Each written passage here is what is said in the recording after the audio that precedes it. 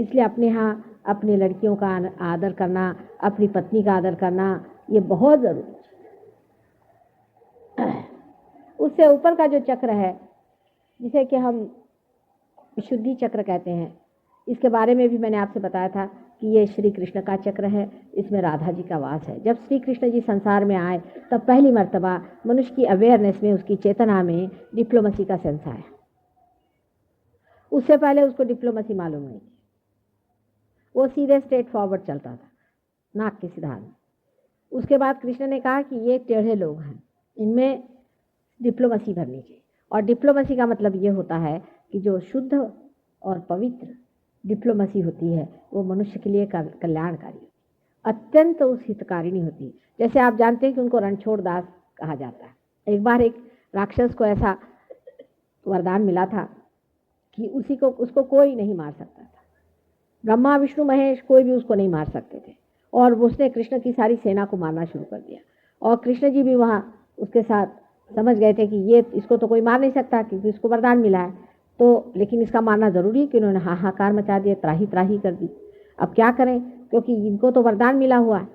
तो उन्होंने ये सोचा कि ठीक है, इनका इलाज किया जाए। तो एक ऋषि थे, बहुत तपस्वी ऋषि थे, और ये ऋषि लोगों को एक ज़रूर मिल जाती है आशीर्वाद स्वरूप एक शक्ति कि वो किसी को चाहे भस्म कर सकते हैं। तो ये ऋषि जी ने बड़ी तपस्विता की थी और ये सो गए थे और उस वर्षों से सो रहे थे। तो उनको ये वरदान था कि जिस आदमी को आप पहली मर्तबा आँख खोल के देखिएगा वो भस्म हो जाएगा, चाहे वो कोई भी।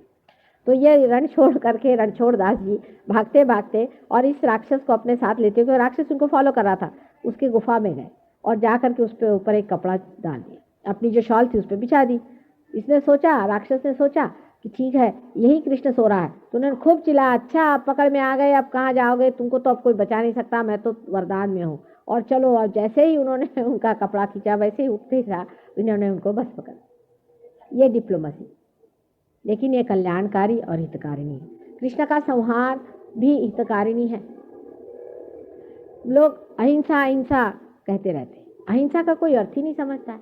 लोग कहते हैं कि जैन लोग खास करके कहते हैं कि कृष्ण बहुत खराब थे, वो तो परमात्मा हो ही नहीं सकते और वो किसी काम के नहीं क्योंकि उन्होंने हिंसा करी। अगर राक्षसों की हिंसा अगर परमात्मा नहीं करेगा तो क्या राक्षस कहने आओ मुझे खाओ, और भाई तू सबको खाता रहे, राक्षसों को ये कहना है?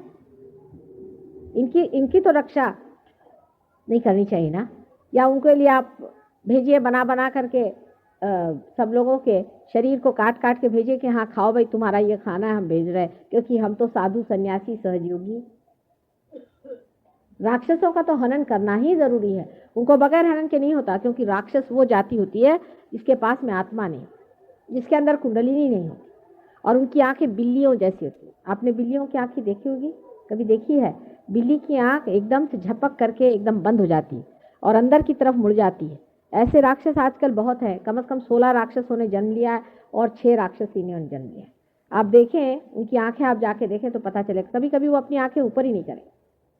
ऐसे राक्षस कलयुग में इतने सारे आ गए और आपके खोपड़ियों में भी घुस गए। मुझे तो ये लगता है कृष्ण ने ये कहा था कि भाई परित्राणाय साधूनाम विनाशाय च दुष्कृताम, लेकिन यहाँ तो मैं देखती हूँ कि कोई पूरा साधु ही नहीं है। किसी के सिर में एक योगी घुसा है, किसी के सिर में दूसरा भूत घुसा है, किसी के सिर में तीसरा भूत घुसा है, जिसको देखो वो कोई ना कोई गुरु का भूत घुसा करके यहाँ आता। अब उनसे मैं कहूँ कि बेटे तेरे अंदर भी ये भूत घुसा है तो मुझे मारने को दौड़ता।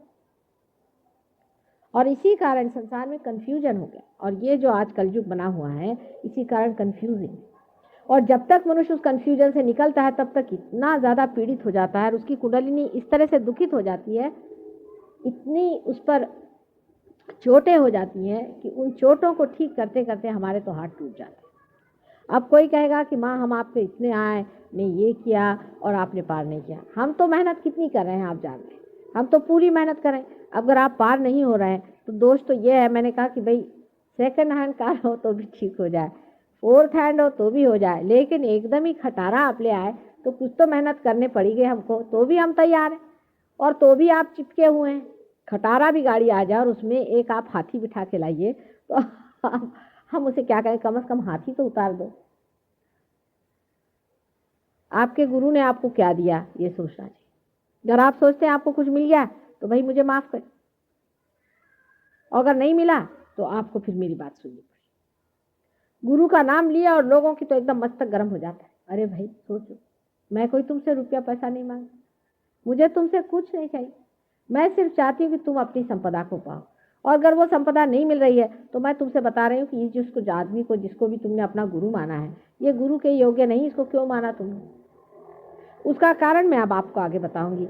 इसके लिए आप अगला जो चक्र है इसको आप